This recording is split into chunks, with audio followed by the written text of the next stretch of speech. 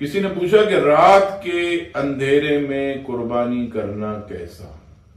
سب سے پہلی بات یاد رکھیے گا کہ 10 ذوالحجۃ الحرام شہر کے اندر عید کی نماز پڑھنے کے بعد، شہر میں جہاں سب سے پہلے عید کی نماز ہوتی ہو، وہاں پڑھنے کے بعد قربانی کا وقت شروع ہو جاتا ہے۔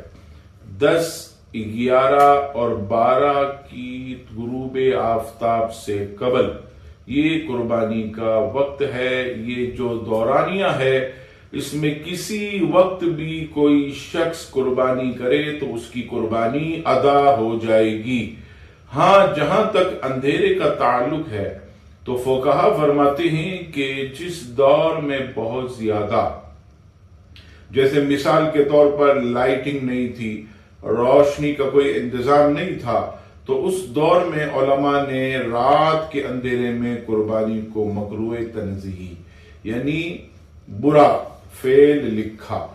لیکن آج کل جو ہے وہ لائٹنگ بھی ہے، روشنی بھی ہے، تو ایسی صورت میں رات کے وقت بھی اگر کوئی قربانی کرے تو اس کی قربانی ادا ہو جائے گی۔